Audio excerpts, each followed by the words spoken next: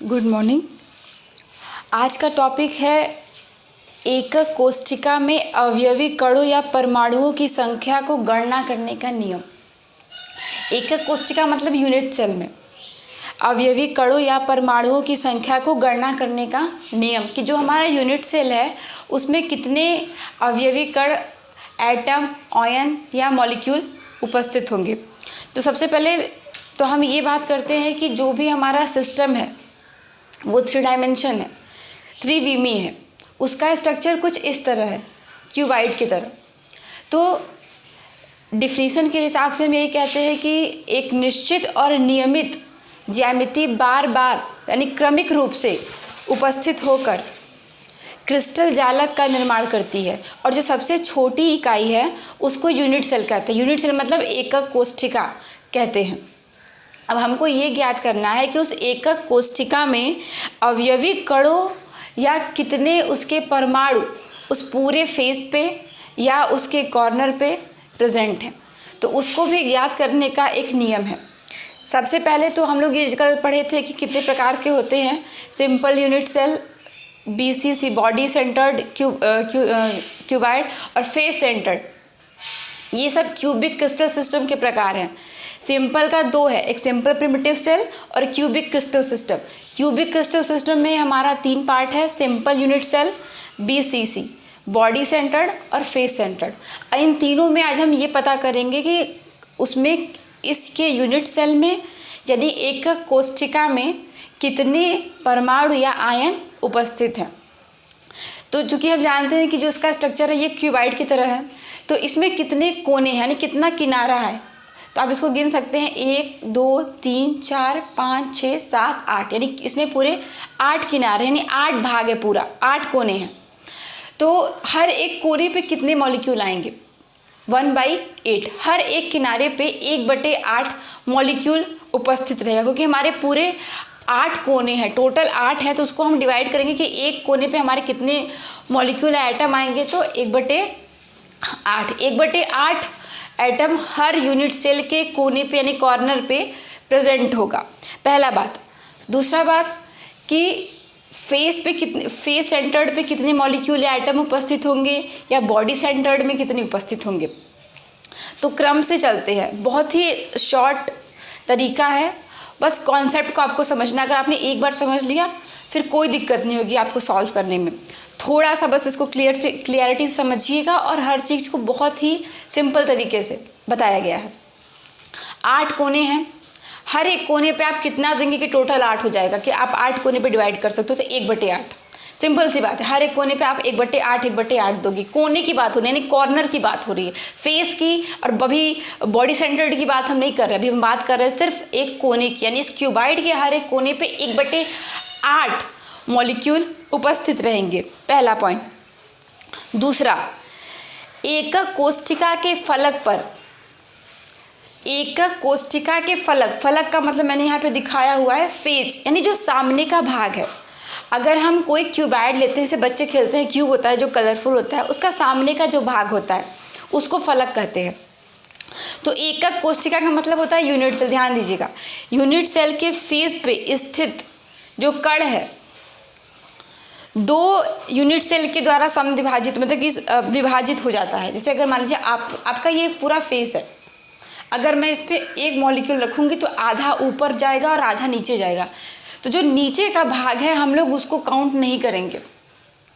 यानी फिर समझिएगा कि ये जो पूरा भाग है, अगर हमने इस फेस पे, अगर हम सिर्फ इस फेस की बात कर रहे हैं और अगर उसमें हमने गोला इसमें डाला तो हम लोग सिर्फ उसके आधे भाग को ही काउंट करेंगे, आधे भाग को काउंट नहीं करेंगे। तो फेस सेंटर्ड का मतलब क्या होता है? फेस सेंटर्ड का मतलब होता है कि उसके फेस में चूँकि कितने फेज होंगे, इसमें कितना फेज होगा, 6 फेज होगा। एक इसके पीछे वाला 2, ऊपर नीचे 2, ये दाएं बाएं 2, यानी 6 फेज होंगे। तो 6 फेज पे हम हर फेज पे 1/2 ही देंगे, 1/2 ही मॉलिक्यूल रखेंगे, यानी आधा मॉलिक्यूल रखेंगे। तो 6 × हाफ यानी 3 मॉलिक्यूल हमारे, मतलब टोटल हमारा अगर हम काउंट करेंगे तो पूरे क्यूबाइड पे 3 मॉलिक्यूल टोटल फेस पे आएंगे। और ऐसे कोने पे 1/8 और हर फेस पे 1/2 मॉलिक्यूल आएगा। तीसरा पॉइंट कि एकक कोशिका के केंद्र पर स्थित कण। एक केंद्र का मतलब तो होता है, यहाँ पे हम बात कर रहे हैं यानी बॉडी सेंटर्ड की। अगर कोई डब्बा है जो आप बॉक्स लेते हैं, चौक का डब्बा आप देखिए, तो अगर उस चौक के डब्बे के अंदर अगर आप एक कोई गोली डाल दे रहे हैं तो वो गोली पूरा उसके अंदर चली गई, ऐसा तो नहीं कि आधा बाहर है आधा अंदर है, पूरी उस बॉक्स के अंदर चली गई, इसलिए हम उसको एक काउंट करेंगे। यानी 20 सीसी में पूरे कोने पे तो 1/8 हो गए। डिफिनीशन से समझिएगा कि 20 सीसी में जो डिफिनीशन कल मैंने बताया था कि पूरे कॉर्नर पर तो एटम रहेंगे ही, और एक बॉडी सेंटर मतलब उस पूरे बॉडी के सेंटर्ड में रहेंगे।